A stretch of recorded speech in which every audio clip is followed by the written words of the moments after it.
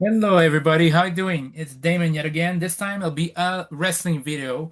So I thought today I would talk about my top 16 wrestling pet peeves. I thought it would be about wrestling tropes, but there's some of it that's not really a trope, it's just something that will, annoy me, irritates me, or just flat out tick me off. For starters, I dislike gimmick pay-per-views. I don't mind Money in the Bank because it's two match. Survivor Series I used to love until Triple H tried to make it all about war games. I get it. You like war games. I get it. You like NWA. I get it. You don't need to book every show like the NWA Clash of Champions.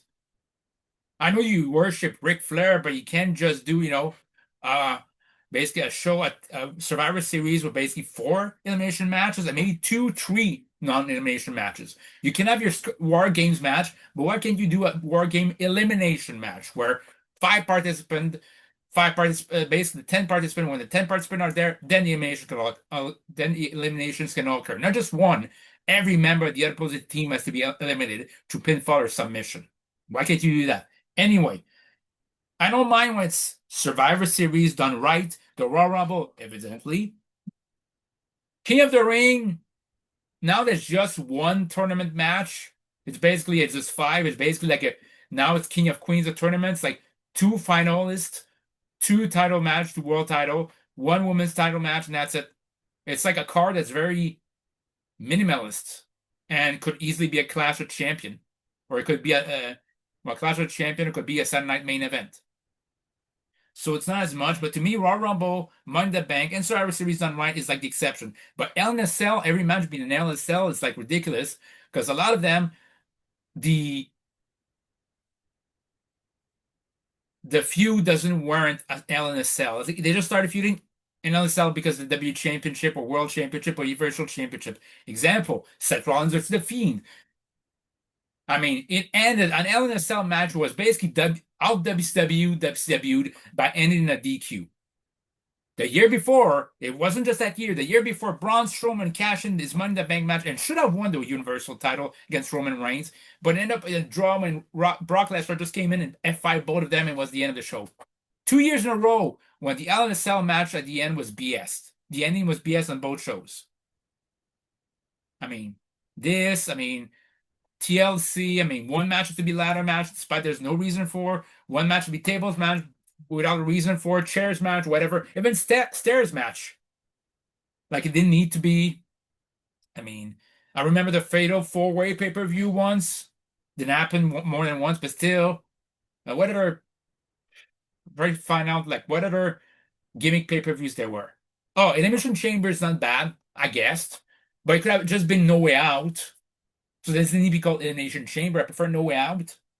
But even then, I don't like that. That is a reason to exist. Like if it's a pay-per-view has no reason to exist, like a la NSL TLC, it's like screw that. You know? Even if it was a submission related pay-per-view, why? Why do you need every match to be a submission match? Anyway, that's one this. Number 15, ref bumps. I don't mind ref bumps, but when every show it happens or ref bumps, you could tap him on the shoulder and they just fall up. They fall apart. But the moment the bell rings, even if it's a wrestler, by the way, even if it's a wrestler, whether it's Stone Cold, whatever, if it's a guest referee, they fall apart really like that. Maybe less like that than a normal referee, but still. But the moment the bell rings, the match over, all of a sudden they're impervious to pain. All of a sudden they don't, you could do tackle them and they don't fall. I don't know. I think it's a bit ridiculous, and I'm not saying there should never be a ref bump, but could happen less often. So yeah, and honestly, also it used to be like the IREG was just a way to get the advantage, not to win the match. I prefer when the IREG was like, eh. Now it's like, hey, you could do a triple jump, reversed overhead Orakurana from the top rope. It's a 2 count, but you do I bump and that's over. Nah, that's too ridiculous. Number 14, when wrestlers are working body parts in the hope, at least I would hope, that they would try to nullify uh, a submission or pin or basically a impactful finish that led up to pinfall.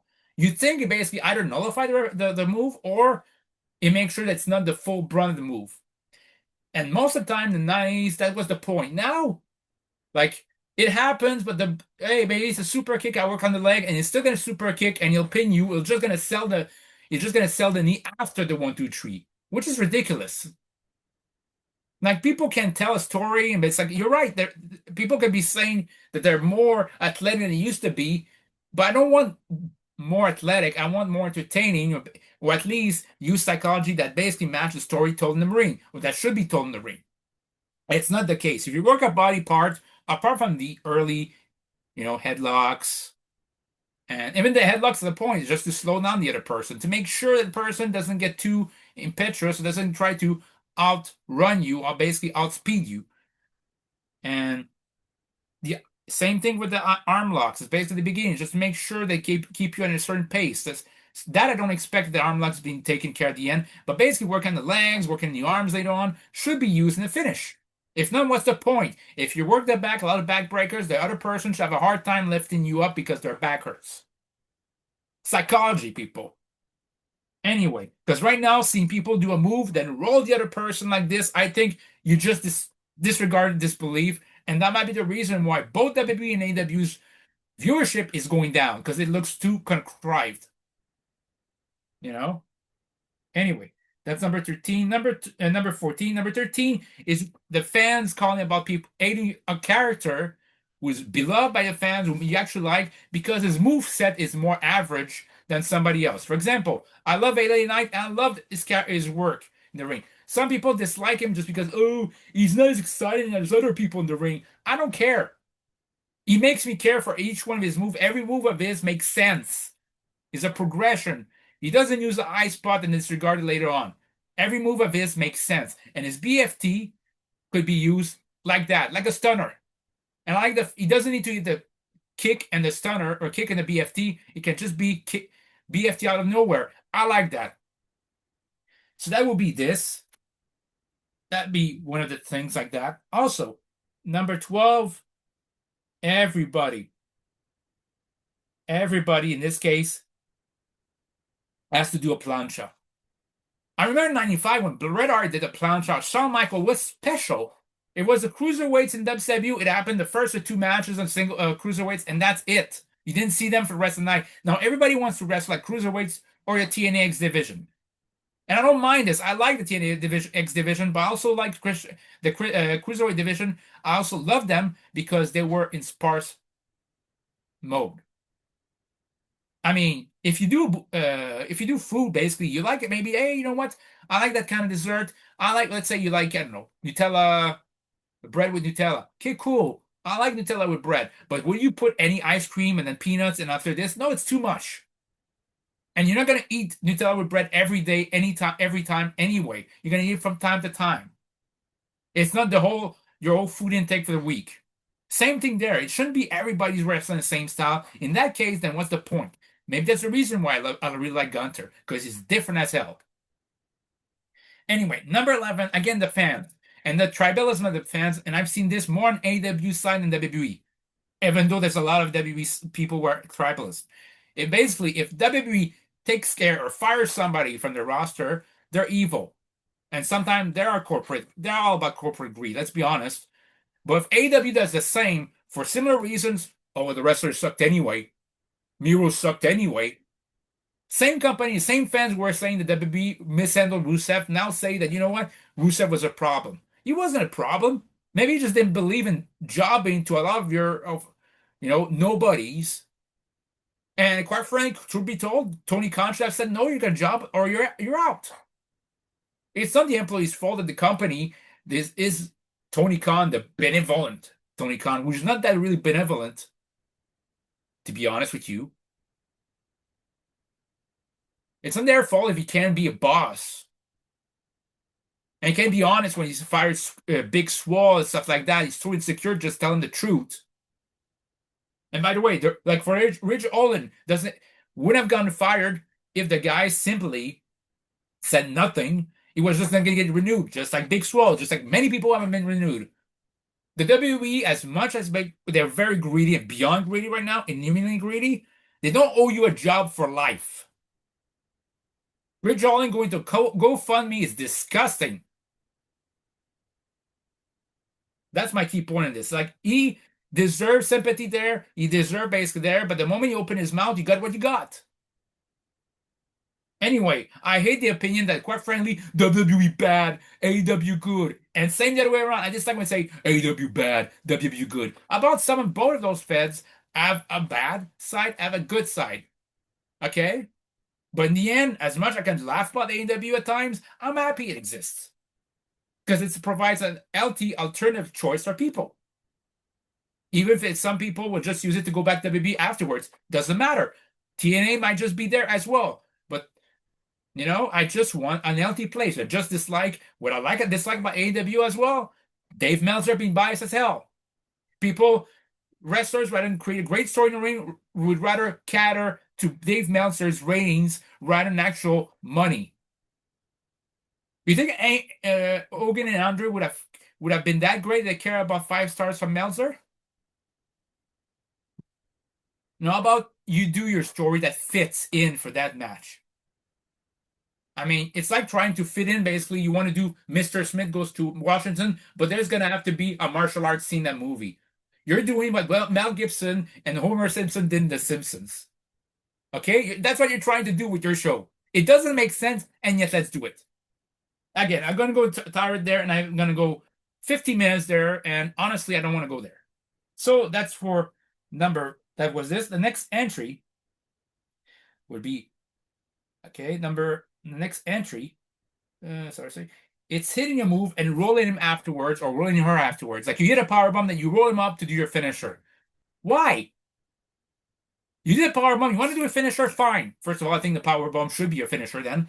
But take them like Yokozuna would do, like you grab them gently by the neck, get him up, and you basically show them that the person is just staggering, they can't stay up.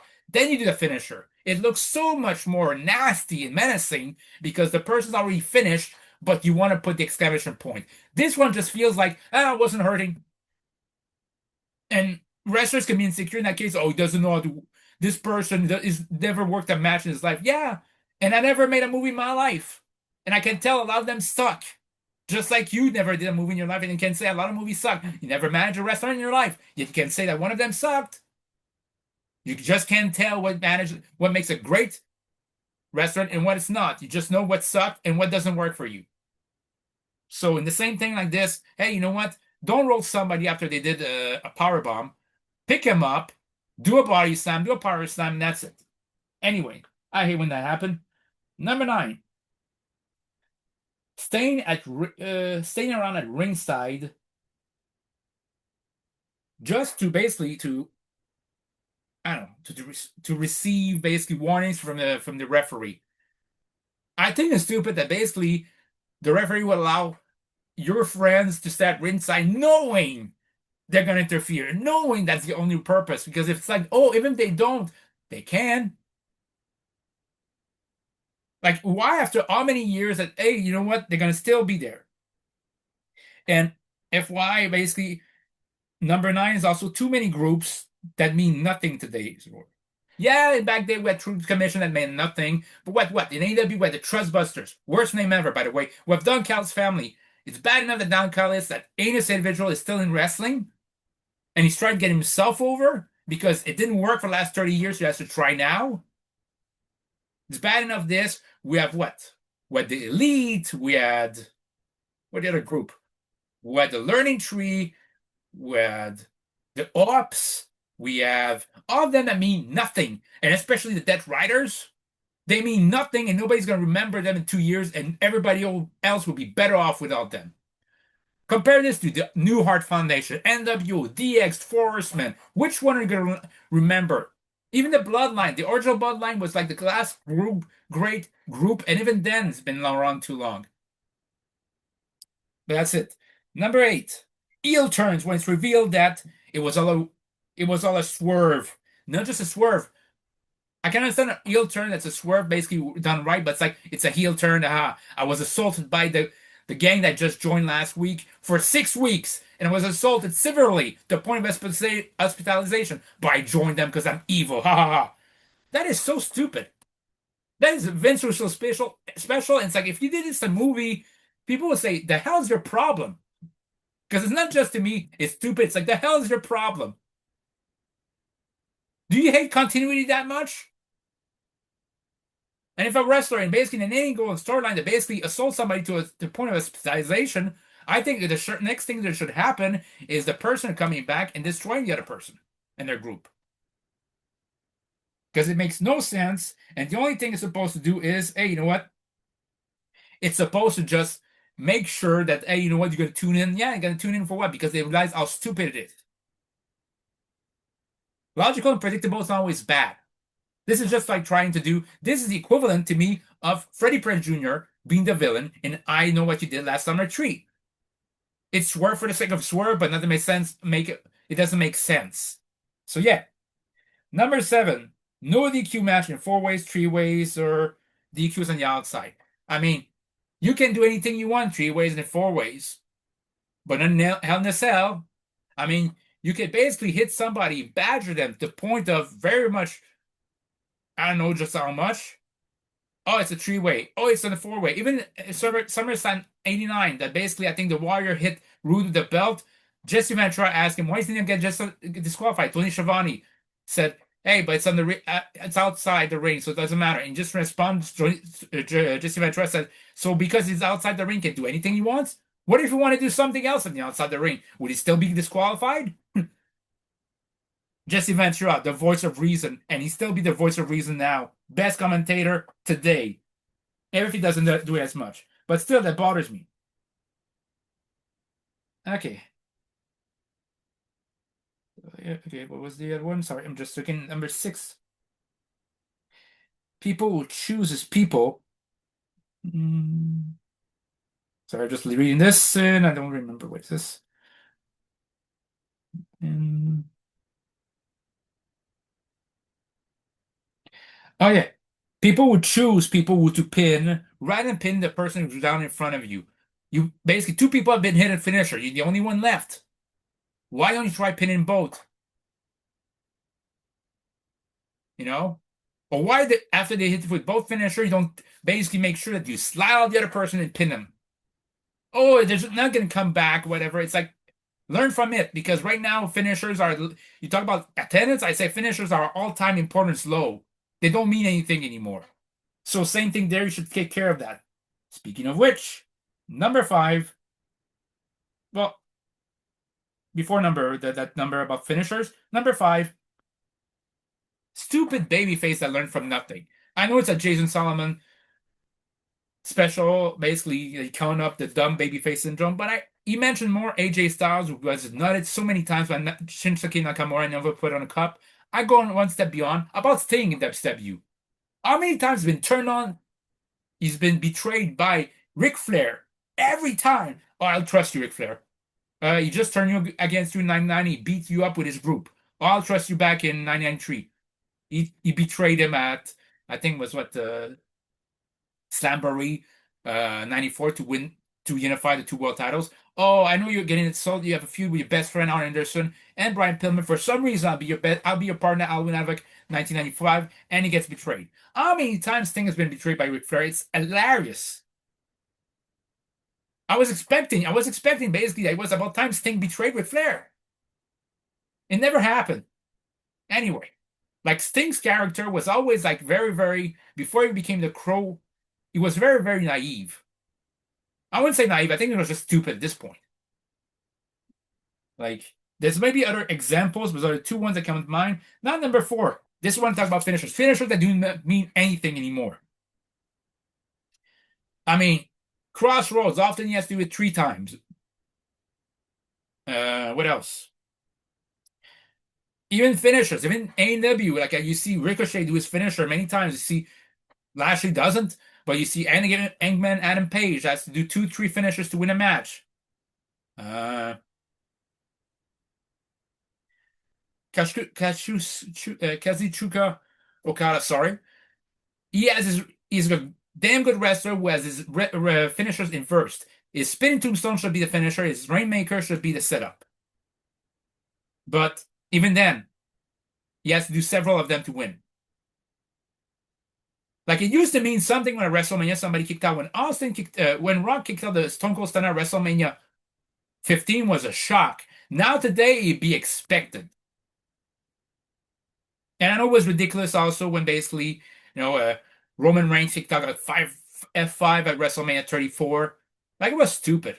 Like there's a break. Like, okay, you can kick out one, but two, I doubt so. Even Drew McIntyre winning the world title at WrestleMania 40 from Seth Rollins after four Claymores over a guy who was battered and already injured coming to WrestleMania. Wrestle next day, he was around 30%. It took you four finishers to beat him. I'm sorry, that's ego fest. Never thought I'd say that, but maybe backstage politics should come back a little bit, but not in terms of who's gonna win, but in terms of, hey, you can do with that finisher, you can kick out once, not seven times. Like finisher should mean something, should be one and done. That's what I love about Corbin's finisher. I don't like the one wing angel from Kenny Omega, but damn does he protect it as he should. Claymore used to be, it's not anymore. Bro kick was. What can a finisher be one and done? Kenta Kobashi protect his burning hammer. The late great Mitsuharu Misawa protect the Arrow Explosion. Why can't you do this? Why is it so bad that you can actually counter it? Why can't it just be even the Jake Roberts ET? You didn't. What can just be or until Kane and Shawn Michaels the Tombstone from the Undertaker? Why can it be that you can count a lot of moves? And if it comes to Tombstone, you keep countering it 7 million times. You find many counters, or the very worst, your feet is on the rope, but the moment in the ring, middle of the ring, you get the finisher 1, 2, 3. I don't know. I'm exasperated by that issue. Number three, something else that exasperated me just as much. Move sets that are not unique to somebody. Too many people using the same moves. I mean, the spear, for crying out loud. It's supposed to be Roman Reigns' finisher as well as Braun Strowman, as well as Braun Breaker. Sorry, wrong Braun. I still want Braun Strowman to come back to WWE though. That's WWE rehire him. But Roman and Braun should be the only one using spear. Jay's weak spear should not exist. Charlotte Flair should not exist. Charlotte Flair's actual finisher should be the running big boot. She doesn't do it as a late great test, but at least it'd be a great standing finisher. Uh, Jay Uso, I think the reason why this is like of him is not because of just he's limited in the ring, is hey, every move of his is ripped off from somebody. I mean, he used to be a Canadian destroyer until Penta arrived. He did a lot of basically suicide dives, everybody does. Super kicks, again, super kicks. Overuse of super kicks. I mean, Shawn when he did it, maybe Stevie Richards used it, but even then asked to change his finisher. Lance Storm switch over to a single like crap. And Shawn was using the super kick and done it wonderfully and protected it. Now it's bastardized. Everybody uses it to as a nothing point, and it does nothing. And right now, if you had to protect this, I would give it to Jey Uso, but just him. But then he does the top rope splash, which is also done by Bronson Reed, which is also done by Dominic Mysterio, which is the frog splash by Eddie Guerrero. Montez Ford does a frog splash that's basically inspired from RVD and D'Lo Brown. Like I don't mind of it because I don't mind for those two to do the frog splash or even Rey Mysterio, but that should be it for the frog splash. Not everybody should do it. So the spear, the DDT should be a finisher, and it should be like it shouldn't be used as a just nothing move. I mean, even now it's going to the cutter. Everybody's doing the RKO. There's a Cuddy cut. RKO should be exclusive to Randy Orton. Now the Cuddy cutter, I think yeah, Carmelo do as a cutter. The Soul Ruckus cutter, which looks Soul Snatcher, which looks so contrived that I'm surprised has gotten hurt beforehand. There should be a move set manager in WWE. An agent that just move set manager saying, okay, cool, you can do that move, but not that move. I mean, if it looks too much like a Styles Clash, you can't do it. I used to dislike it back then because hey, you can't see the moveset of everybody, but now I realize that maybe back then the old regime had it right. You have to protect the workers from themselves sometimes because they gotta keep doing the same moves over and over again. Because now it bores me to see that nobody has the same individual move. In today's age, I don't think that Razor Ramon would appreciate that Damien Priest is the Razor's Edge while he's on TV as well. Damn, that was a great rant. Number two, talk about rant. Heel stopping whatever they're doing when the face team song arrives. He's not at 2 feet from you, he's like how many feet from you, or even face is like, why could Mustafa Ali grab the Money in the Bank briefcase at Money Bank 2019? when Brock Lesnar is at the opposite side of the arena. Why could you have done that? And when you're beating down a heel or you're about to pin him for one, two, entrance song of the interfering party comes in, it's like, why can't you just continue pinning him and just look like you pin him, but you look at in front of you in the ringside area, you can look at the entrance way. So now you're prepared. So it's like, you're not going to surprise me. And even then, if you surprise you got the 3 count, it's a title match, you got the title. Okay. And if you're so too cool, you're still the champion and you can hit him with the belt. Why are you so afraid of the 2 count? And number one, that's my pet peeve. That's on Jason Solomon. Shout out to Jason. Mine is people who are face 1 week and basically are kicking ass all over the place and taking names and beating people 10 on one. The moment they turn heel, like maybe 1 week later, all of a sudden they can't take care of one guy without help. Case in point, Stone Cold Steve Austin 2001. When he came, the brief face turn he did before the Invasion pay-per-view, he was destroying the entire WWE roster. The moment he turned back heel, he was afraid to fight Scotty Tuati. He was